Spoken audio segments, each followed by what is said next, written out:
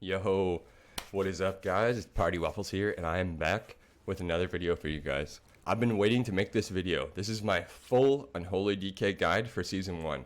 The first video was speculative, right? We were right in our speculation. I got number one solo shuffle with the build from that video multiple times. Recently, someone passed me since I haven't queued, but we're number 2 and 3 right now with that build. So that build was a smashing success.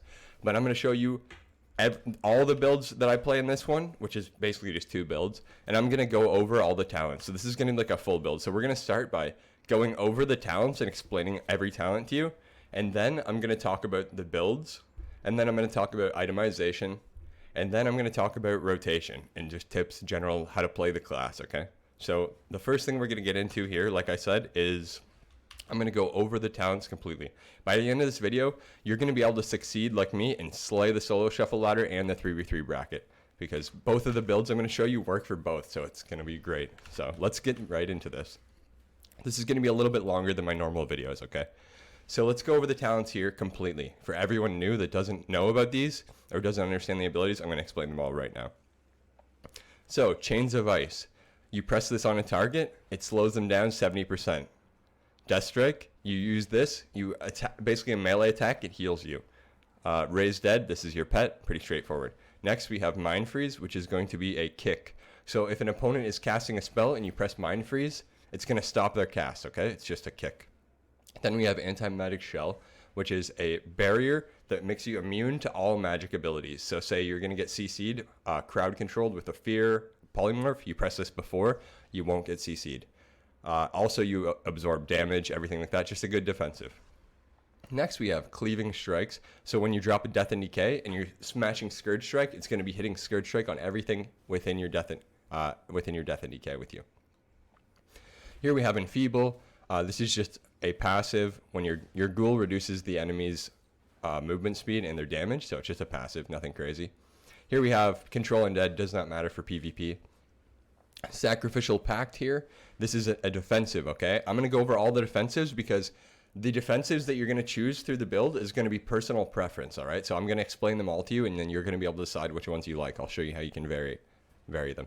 So this is just explodes your pet, heals you for 25% of your health. This right here, Death's Advance, or sorry, March of Death right beside it. Death's Advance gives you additional movement speed. This is just increases your anti-magic shell, makes it stronger. This just buffs your Death Strike.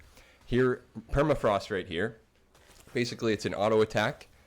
Every auto attack is going to give you a shield, basically. This isn't that insane in my opinion. I don't personally play it, but Cold Thirst is just going to... Basically, this is a buff for your kick, right? So if you kick and you land it, it's going to reduce the cooldown. Next here, we have Blinding Sleep on the far left, which this ability right here, you need to learn how to use this ability, okay? This ability was instrumental in me getting number 1 solo shuffle. Instrumental, because you can use it to CC, crowd control an entire team on their offensive cooldowns, right? So I'll give you a scenario. Say you're fighting DHDK. They jump in, they stun your team. You trinket, blind their entire go, and then boom, stops all their damage. Either they're going to have to trinket, or they're going to just do nothing. Or you can use that offensively, right? Say you stun a healer into a silence, and then you blind him out. Really long CC chain that you can do all by yourself. So insane outplay potential with this ability. Sorry guys, I'm still just getting over COVID right now, but we're getting there. All right, Icebound Fortitude. So this is just an defensive cooldown, okay? 2-minute cooldown, 30% reduction, and it makes you immune to all stuns, all right?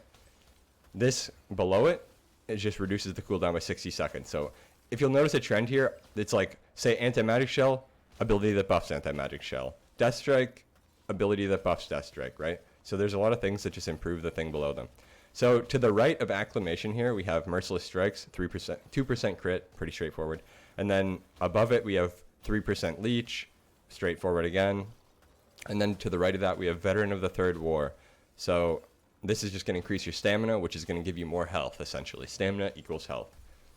Suppression reduces the damage of area attacks by 3%, so it's pretty straightforward as well. Like any AoE attacks, it's going to reduce the damage of.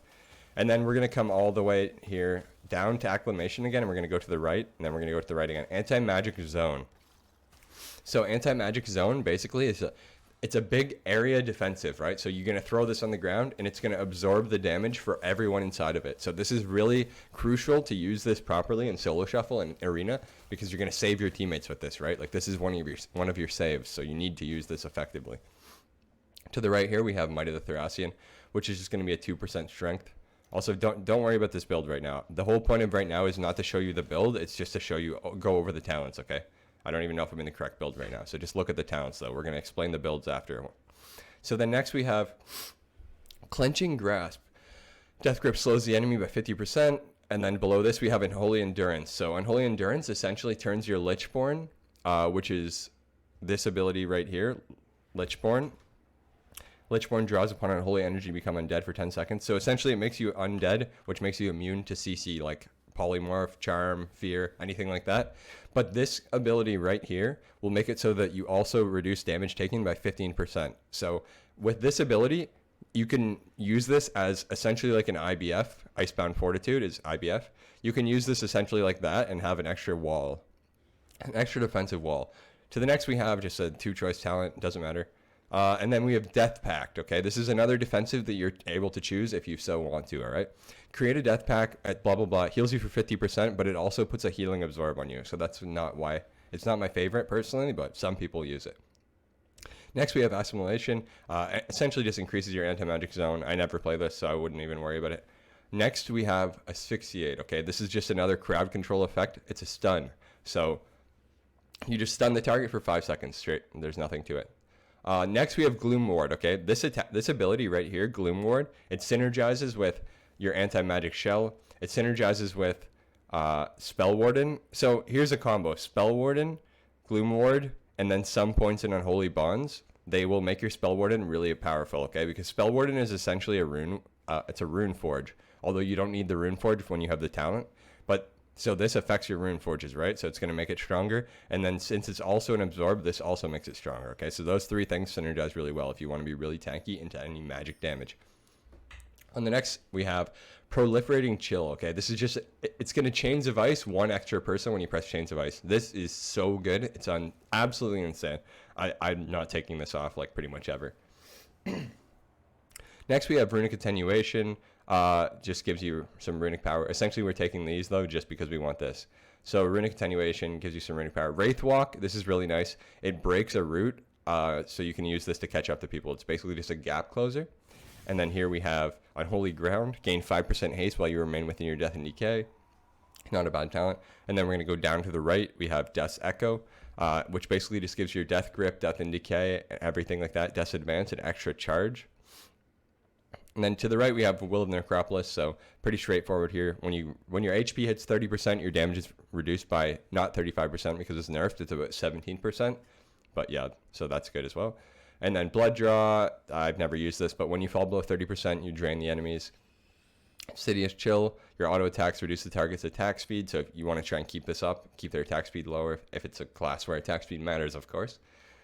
And then Icy Talons. Every time you use like Death Strike, Death Coil, anything like that, it's going to increase your attack speed, and it stacks up to 3 times. So you're going to try and want to maintain those stacks as much as you can, but it doesn't matter too much for Unholy, but it's just nice. Rune Mastery, consuming a rune is a chance to increase your strength by 6%. So this is just going to be RNG, keeping your strength, like, you just want the extra 6% strength, basically. With Fallen Crusader, it amplifies as well, so it's really nice. And then, of course, Unholy Bond on the right here increases the effectiveness of your Rune Forge by 10%. So, like I said, it's going to make your Spell Warden better, even though you're not using the Rune Forge. It's going to also make your Fallen Crusader on your weapon better, too. So, hey, we like that. Empowered Rune Weapon. So, these are your cooldowns now. Empowered Rune Weapon gives you 15% haste and generates 1 rune and 5 runic power instantly in every 5 seconds. So essentially, the way I'm using this for is I'm going to use this haste to juice up my gargoyle and my pets in my burst, essentially. It's a burst cooldown. And then here we have another burst cooldown, Abomination Limb. So basically just AoEs around you, and then it's going to pull each person 1 time, and that's it. And then we have Soul Reaper, which is trash, so don't worry about it. I mean, you can worry about it if you want. Basically, it's just an execute, right? You put it on them. If the target is below 35% HP, it will explode. I don't find that it's good at all personally right now. I don't play it in any build. I don't know anyone that does. But if you really want to try that, you could try and make it work or something. On to the next one here. So I'm going to go through this side a little bit quicker, okay? Because Yeah. So Festering Strike, it's your main thing to apply Festering Wounds. Scourge Strike, it's your main ability to burst the Festering Wounds. Raise Dead, it's summoning your pet, obviously. Dark Transformation, it transforms your pet into the stronger version so that your pet's able to kick, do more damage, everything like that. And it's going to buff your other pets depending which build you're playing. Infected Claws, your pet has a chance to apply wounds for you. Runic Mastery, increases your mastery by whatever. Improved Festering Strike, increases Festering Strike damage and Festering Wound damage, obviously, so it's just nice passive damage. We like that. Unholy Blight, it applies a stacking dot and applies all your other dots. We're going to go down here. Epidemic, we don't use this anymore, so it doesn't matter for PvP. Replenishing wound, well, I mean, I'll explain it anyways. It basically just flares up your dots, right? You can spam it, so instead of coil, you can spam this. When a Festering Wound pops, it generates 2 additional runic power. This is just, basically, we need this to get this. Festering Strike, doesn't matter. Apocalypse is going to be your main burst, basically. So every 45 seconds in most of the builds, you're going to Apocalypse. It's going to spam pets for you out, 4 pets, and then, yeah, we're going to do damage with the pets. Plaguebringer, this is very big and essential to our damage, okay? Essential.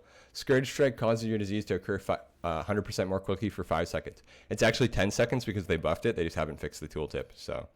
And then to the right, we have Sudden Doom, which is just going to give you a free Death Coil, which is kind of really nice in a lot of builds. The reason being that this is nice is because, number 1, Death Coil heals your pet. You can heal your pet with coils. Number 2, Psi-Fiends and everything like that you have to kill, like all the NPCs, other classes spawn. Sometimes Psi-Fiends take like 5 globals to kill, 4 globals. And it's really nice if you have an extra coil, because if you don't have coils, it can be really rough to kill them sometimes. All Will Serve is the next one there. It's just an extra pet for you. Then we're going to go down one more. So this right here, Unholy Pact, is really good still. It basically creates a health chains between your pet. So you can put your pet on one target, and then you can position yourself in between all 3 and be cleaving all of them with health chains. It's really nice. You can play this in a lot of builds. Rotten Touch, I personally don't play it in any builds, but Sudden Doom causes your next Death Coil. Sudden Doom causes your next Death Coil to increase your Scourge Strike damage by 50% for 6 seconds. Personally, Scourge Strike does no damage in my opinion, so this is kind of terrible, but some people, I haven't seen anyone play this, but yeah, I want to explain it just in case. Improved Death Coil. Death Coil seeks out an additional target, and it does more damage. This is really good. So you're going to be cleaving Death Coils, really large damage, especially when your people are stacked. Good. Magus. So when you Apocalypse or Army of the Dead, it's going to summon a Magus of the Dead, which is basically just like a little wizard that's going to sit there and hit them, right? And you're going to buff it, basically. So it's good, just passive damage. Unholy Command, the cooldown of Dark Transformation is reduced by 15 seconds. The reason this is really nice is because Dark Transformation is a 1-minute cooldown, and Apocalypse is a 45-second cooldown. So they don't really synergize you very well in that scenario, but with this talent, it makes them both 45 seconds, so you're going to have clean 45-second goes consistently. Next, we're going to go to the left here. Even Fever, okay? This is where we're playing. Virulent Plague. Let me say it correctly. Virulent Plague deals 15% more damage over time and half the duration. So that's going to synergize really well with this and with this, all right? And then we're not going to worry about any of this. Honestly, I don't play any of this in PvP at all, so we're just going to not worry about that. We're just going to worry about the ones that we're actually going to play. So we're not going to play Pestilence either. So let's go down to the next row here. We're going to look at Eternal Agony. Death Coil and Epidemic increase the duration of Dark Transformation by 1 second, okay? Dark Transformation is that pet transformation we were just talking about. So you're going to have that every 45 seconds. So this is just going to make your go last a little bit longer. And then to the right here, Coil of Devastation.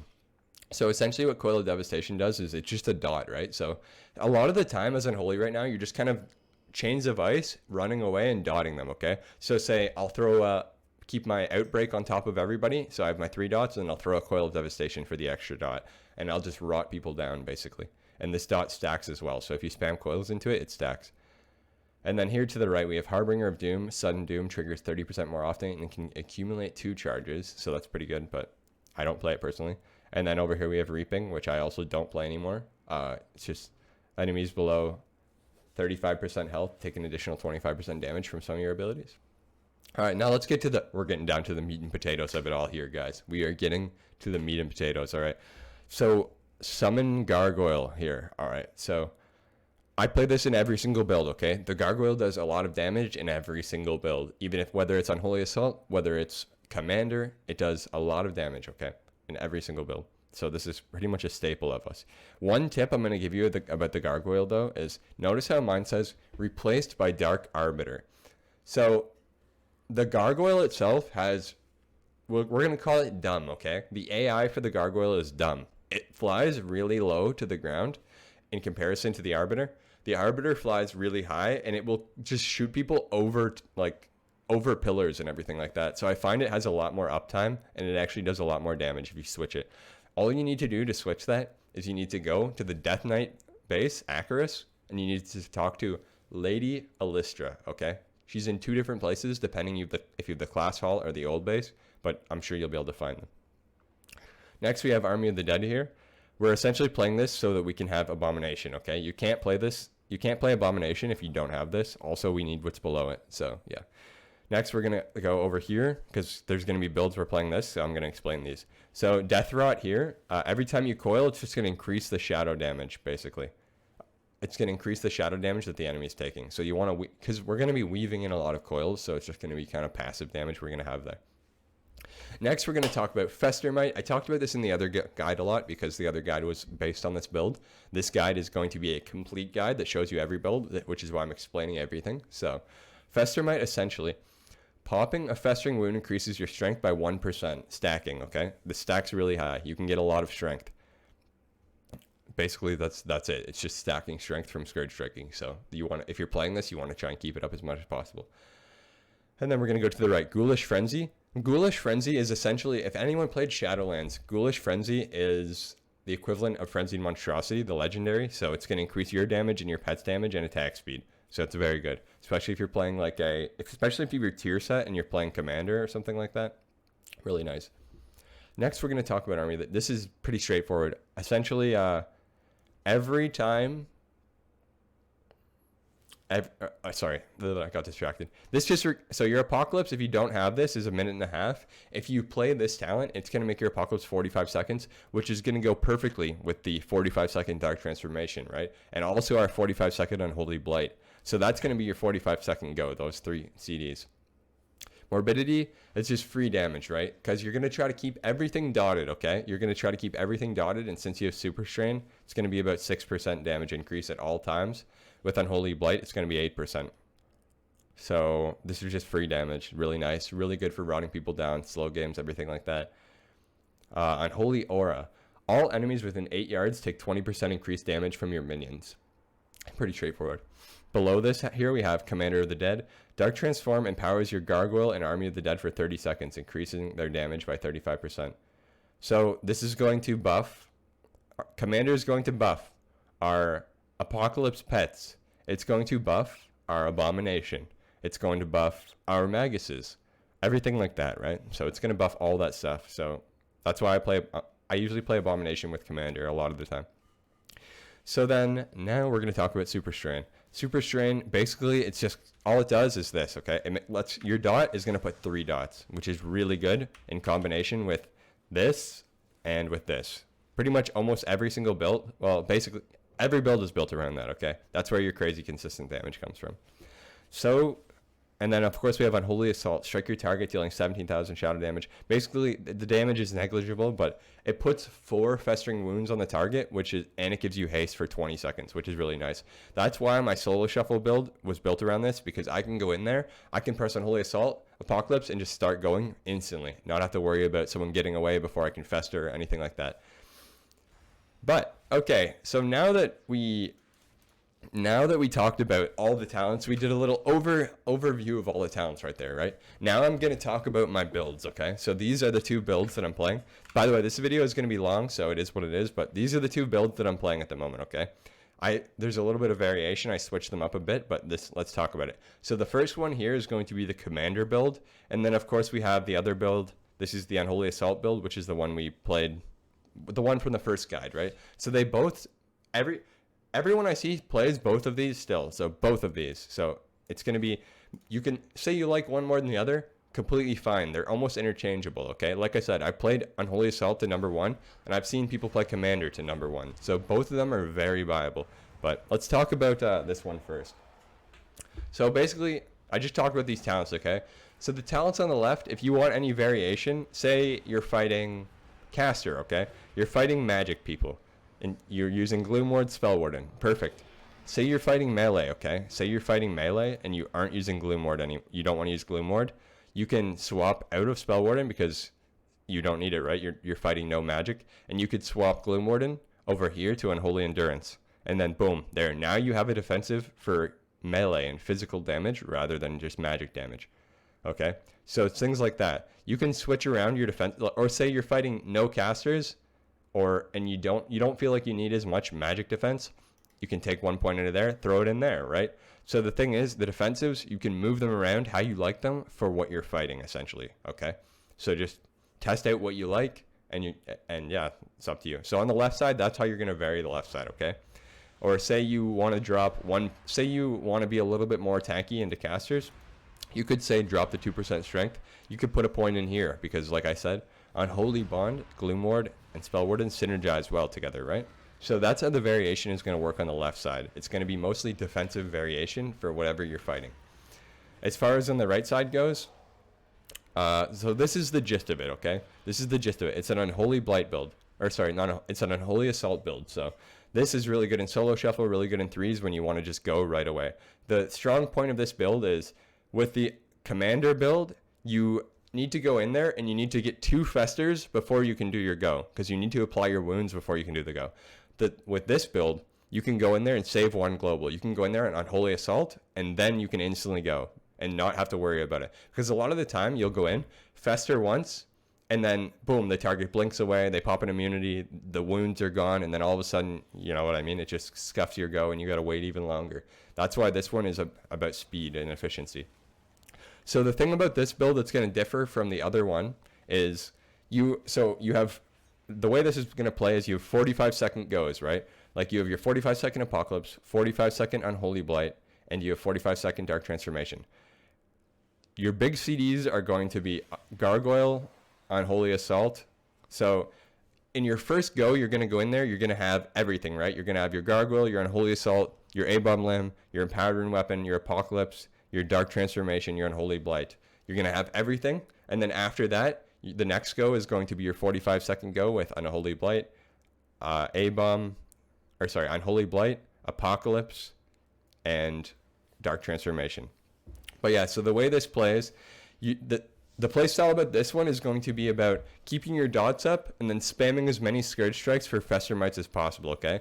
So this build is going to require more uptime. So if you say you're not the kill target, if you have more uptime and you're able to just sit there, dot, spam Scourge Strikes, and keep your Fester Mites up, this build is going to shine, all right? If you have the uptime.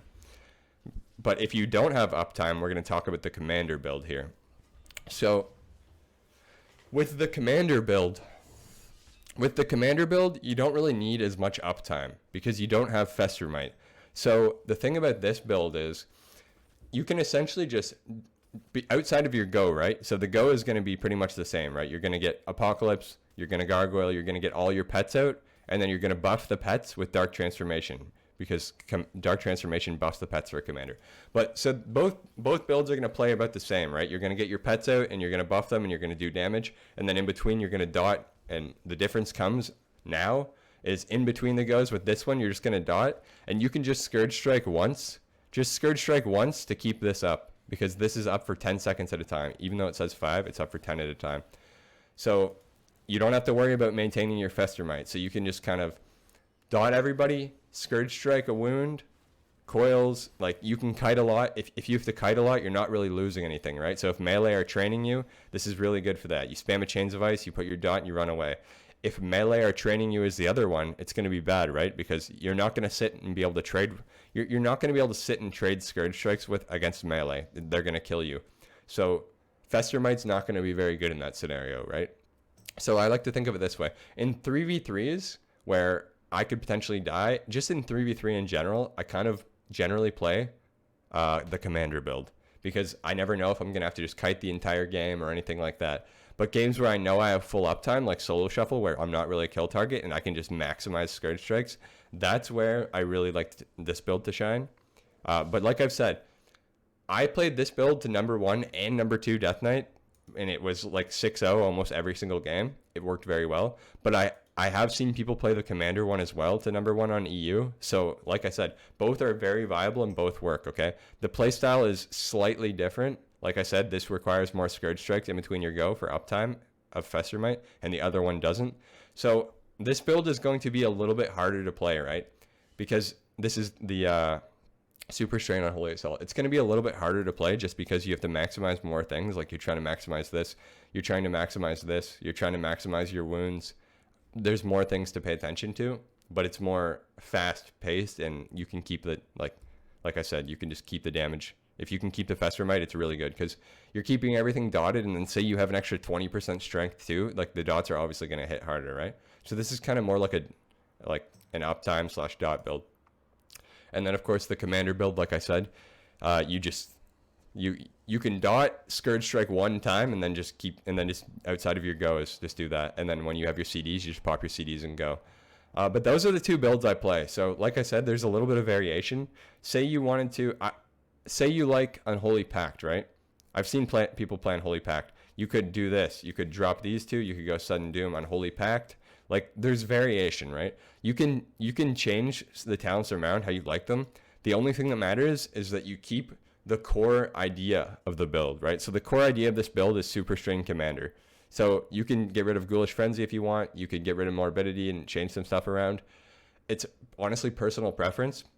But with the tier set buffs your pets, right? So Morbidity or Ghoulish Frenzy is going to be really strong with the tier set, which is why I like it at the moment. So if you have tier set 2 with this one, you could also swap some stuff to it. Say you have the tier set and you don't want Morbidity, you want more upfront damage rather than pad, you could swap these over to Ghoulish Frenzy, right? Like all these builds are open for interpretation. The only thing is that you just keep the main aspects of it, and then you can change them however you want to suit your playstyle or to suit what you're fighting. By the way, I'm sorry this video is super long, but this is a complete guide, so I'm trying to get all the information to you guys. So that's about all the talents, okay? So those are the two builds I play. I change some defensives around, I change some offensives occasionally, but those are the two essential cookie cutter builds that I play. You got the Commander, you got the Unholy Assault. So play both, find which one you like more, because some people like one, some people like the other, some people like different ones in different situations, okay? The next we're going to talk about is the PvP talent here, all right? So don't play Life and Death in Arena ever. Don't play this. Dark Sim, you can play this. You can play this if you want. If you don't need Spell Warden, for instance, you could play this. You don't need to, though. I haven't played it once this season, personally. Basically, it just steals an ability, right? So it's a really high risk-reward ability. You could steal a bubble from a Paladin. You could steal a huge defensive and use it on your teammate and save the game, right? Really good. The next thing we have here is Reanimation. This is a meme. Don't play this. Necrotic Aura increases all the damage by 8% that enemies take. So this gives you, say you're playing DHDK or Ret DK or something where your teammate has magic damage. This is going to increase their damage as well, okay? So I only play this if my entire team is going to benefit from it, all right? Necromancer's Bargain. This basically gets rid of your pets, and you have Crypt Fever, which anytime they take healing, it's going to deal 8% of the target's maximum health over 4 seconds.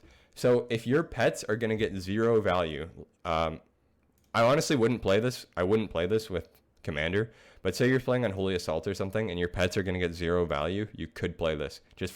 This is basically going to keep full uptime on your Necrotic Wounds, which your Necrotic Wounds is your healing absorb. If you have 6 stacks of Necrotic Wounds, it's a 30% healing absorb on the target. So this will essentially help you keep that up all the time. But it's only going to make your Apocalypse be a 30-second cooldown rather than 45, and it's going to get rid of your pets, so I really don't think it's worth it personally, especially with tier or anything like that. Next is Spell Warden. This is basically I'll show you what it is. This is what it does, okay? It deflects 3% of all spell damage, and well, that doesn't even explain it good. So what it does is it just procs a shield, right? If you get hit by magic damage, it procs a magic shield that absorbs a bunch of magic damage. It's a huge healing. This is like your top healing into magic.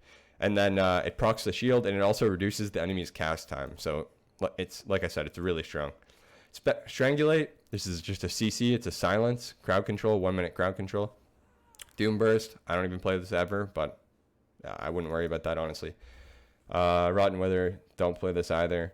Necrotic Wounds, okay? Necrotic Wounds, I play this pretty much every game. I just explained to you what it does. And then Abomination Abomination, what it does is it summons a big abomination, which will dot everything around it constantly, and it will attack the target, apply Festering Wounds, and it summons a Magus, okay? So that's a really strong ability, really high value ability.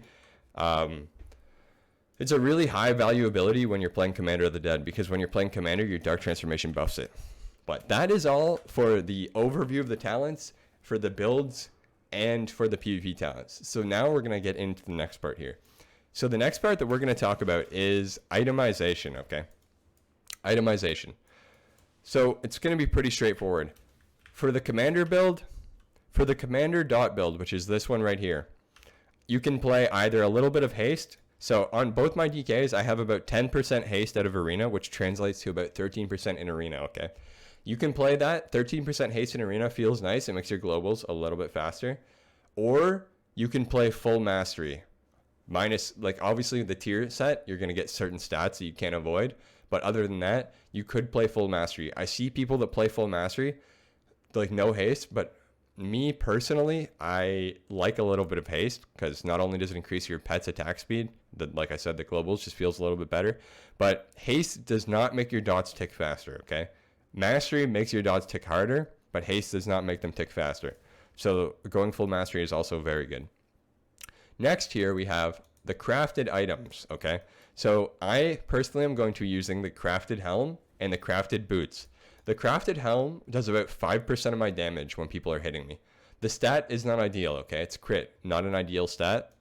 In terms of our stats, it's going to go strength, verse, mastery, haste. Like, you don't even need haste, but you can get some. So crit is going to be the worst stat possible, but like I said, the 5% dot is really nice. So I'm going to be using those two crafted items, and then I'm going to be using the tier set on every piece that isn't those, obviously. So gloves, legs, chest, and shoulders, I'm going to be using the tier set. After I have the tier set, as far as gems go, I'm probably going to be going for haste. Sorry, not haste. Well, like I said, I like to keep my haste around 10% out of Arena. So if I need to gem for that, I will. Gem/enchant for it. But I'm going to be going for after I have the full tier set, I'm going to be going for versatility gems. Either versatility haste or versatility mastery, depending what I want to do. But because of the tier set, I'm going to be losing a lot of verse. So I'm going to be probably stacking verse from enchants and everything like that. As far as the other enchants go, you're going to be using speed. You'll be using the speed enchants, okay? Homebound speed on cloak, speed on bracers, speed on planesrunner breeze on boots. And then on the legs, we're going to be using the fierce armor kit. And yeah, so that's as far as itemization and stats is going to go. If you for some reason didn't want to use this helm, you could use full tier and then use the PvP gloves, because the tier gloves have bad stats. So you could use tier helm, tier shoulders, tier chest, and tier legs, and then PvP gloves. But I'm just going to use the crafted helm. But those are the two options basically that you can use. And then as far as your enchant for your weapon goes, it's going to be Rune of Fallen Crusader. Okay. For Unholy, we're going to be using the Rune of Fallen Crusader. So that is how the itemization is going to look, guys. Yeah, so let's move on to the next portion here. All right, guys. So we're going to talk about how to do damage, okay? We're going to talk about your general rotation, and then I'm going to talk about the burst rotation. So as far as just your general rotation outside of cooldowns, this is for the commander build, okay? This is for the commander build. Just keep in mind, though, if we're playing the other build, that you're going to want to Scourge Strike a lot more to keep your Fester Might, but we're going to talk about commander. So essentially, it's like this, right? We're going to have our pet out. All we want to do is keep things dotted, and then we're going to Scourge Strike, and we're going to pop the Festering Wound. When we pop the Festering Wound, it's going to bring up our Plaguebringer. Notice it's up for 10 seconds. And that's basically it. So all we want to do is this, all right? Say we're fighting, pretend like these are both my targets, okay? So say I'm in a 2v2. I have this guy dotted, I have this guy dotted. I Scourge Strike this guy. I have my stacks up, my runic power is capped. I dumped Coil, okay? Scourge Strike again, Plaguebringer's back up, dump Coil. Keep everything dotted though with your all 3 dots, and then you Scourge Strike and it's up. Dump Coil. That's literally it, okay? All you do, you outbreak for your dot, Fester, Scourge Strike, Death Coil. There's 3 rules, okay? The rule number 1 is to try and keep your dot on everything. Rule number 2 is to burst your Festering Wound so that you have Plaguebringer. And then number 3 is to, when your runic power is close to cap or is capped, just Death Coil. You want to try not to waste any runic power. And that's essentially it outside of your go. Just keep everything, like you don't even need to keep mailing. Just keep everything dotted. You can Scourge Strike once and then just coil things, right? As long as you're keeping them dotted and you're keeping your Plaguebringer up, that's it. That's why I said this build is really good, because you don't need any uptime. You can just dot things, Scourge once, coil, and just keep doing that. But yeah, if you want to get a Festering Wound up, you just press Festering Strike. Don't press Festering Strike if you have more than 3 wounds, okay? If you have more than 3 wounds on the target, do not Fester, because you don't want to overcap your Festers. But that's essentially it. Dot, Festering Wound, Scourge Strike for your Plaguebringer, and then coil when you have runic power, and just try and keep your Plaguebringer up as much as possible. So it's pretty straightforward outside of the go. For your go, it's going to look a little something like this, okay? So it's a little bit different than it was in my first guide, because there's been some PvP changes since then. So it's going to look a little like this. Say this is my target right here, okay? Don't worry about the damage or anything like that. I'm just trying to show the rotation, basically. So pulling my pet back, right? So say I'm running him on my mount, all right? So there's multiple things you can do before you connect. I want to essentially start ramping before I connect. So I have A-bomb. It's going to look like this, okay? It's going to look like I'm running over. I drop the A-bomb at them while I'm running. I Unholy Blight. That way, boom, 2 globals for my burst rotation are already in before I'm even at the target, okay? And then not only that, the A-bomb is going to apply Festering Wounds for me, and then I'm going to hopefully be able to only have to Fester 1 time when I get there, and then just go instantly. But it's going to look... The rotation is essentially this, right? You want to get all your pets... This is for both builds, okay? This is for both builds. You want to get all your pets out, and then you want to buff them with Dark Transformation because of Commander of the Dead. So it's going to be like this, okay? I'm going to be running over, A-bomb on top of him, Unholy Blight. Hopefully the A-bomb puts a wound for me.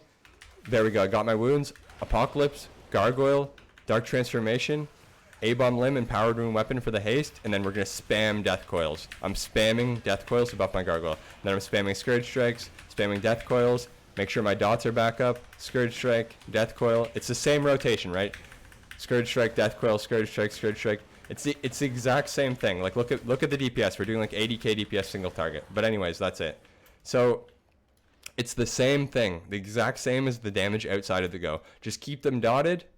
Don't overcap your runic power. And when you have your Festering Wounds up, just Scourge Strike them, which are going to make your dots tick twice as hard, okay? And that's literally it. That's literally it. So I'm going to recap this one more time for you guys. So outside of the go, dot, Fester, Scourge. That way your dots are going to be ticking hard. Keep your dots reapplied on everybody. Keep spamming Scourges into Festers to keep the Plaguebringer up, as well as your Necrotic Wound stacks. And then dump your coils. Try not to overcap your runic power, because your coils are going to... The coils make your A-bomb come back faster too. Actually, they make your army come back faster, but not your A-bomb. But yeah, so that's basically it, guys. So I'm going to run that rotation again. The burst rotation is like this. While you're running at the target, you're going to drop your A-bomb, Abomination. You're going to Unholy Blight while you're running over to... I'll show you it one more time. A-bomb, Unholy Blight while we're running over. And then we're going to pop 1 Festering Strike, Scourge Strike. And then we're going to, if we had Gargoyle, the Gargoyle is bound on my Scourge, so the Gargoyle comes out at the same time. And then we're going to Dark Transform to transform all the pets. Empowered Rune Weapon and A-bomb, which are macroed together. Which, if you guys need any macros to save you keybinds, like, if you'll notice that I have Empowered Rune Weapon and A-bomb together. I have Gargoyle and Apocalypse together. I have a really good video about macros that can save you guys keybinds. So if you haven't seen that, you should check that out. But yeah, that's basically it, chat. The gist is get your pets out, get all your pets out, and then essentially buff the pets with Dark Transformation and Empowered Rune Weapon. And every multiplier that you have. And that's literally it, man. So you don't even need to overcomplicate it. Like I said, outside of the go, just dot, Scourge once for Plaguebringer, or just keep Scourging if you have uptime, and that's pretty much it. The only way that it changes with the other build, is that you have Unholy Assault too, right? So the way that Unholy Assault works is you can, if you don't need to be playing A-bomb so much for the other build. I play Strangulate a lot with it. So say you don't have A-bomb, the only difference is we run in Unholy Blight while we're running in, and then we Unholy Assault instantly. So the Unholy Assault will instantly give us the 4 wounds. So since the A-bomb's not hitting and giving us a wound and then the Fester, we can just go instantly with Unholy Assault. Or you can do it the exact same way, run in Unholy Blight, Fester twice, get your pets out, and then you can use the Unholy Assault at the end to buff your pets with the haste, like when you're using the Empower. But yeah, it's essentially just get out the pets, get out the Gargoyle, buff them all with all the haste multipliers you can, and then spam Death Coils for the Gargoyle. So outside of your go, you don't need to spam Death Coils as much. You can Scourge to keep your stuff up, especially with the Fester Might Unholy Assault build. You want to be scamming more Scourge Strikes outside of your go. But with both builds, while you have the Gargoyle up, you want to be prioritizing as many Death Coils as possible. And yeah, that's basically it. As you guys saw, I did 80k single target DPS, so it's pretty massive damage if you do it like that. But yeah, so these are both the builds that I played to get like number 1 in solo shuffle, and I played the Unholy Assault in solo shuffle, and then in 3s I've been playing Commander. So yeah, I just wanted to make you guys a complete full guide, so I don't think I missed anything. I tried to go super in depth here. I know this is a lot longer than my normal videos, but leave a like if you guys like this, and I can give you guys more in-depth videos like this. But they're kind of nice to make. So anyways, guys, if you got any other questions or anything, leave them down below in the comments. And yeah, let me know what kind of ratings you achieve with this. So honestly, the sky's the limit now. So I will be live on twitch.tv/PartyWafflesX, and I will see you guys later. Thanks for watching, boys. I hope you guys enjoy, and have a great day.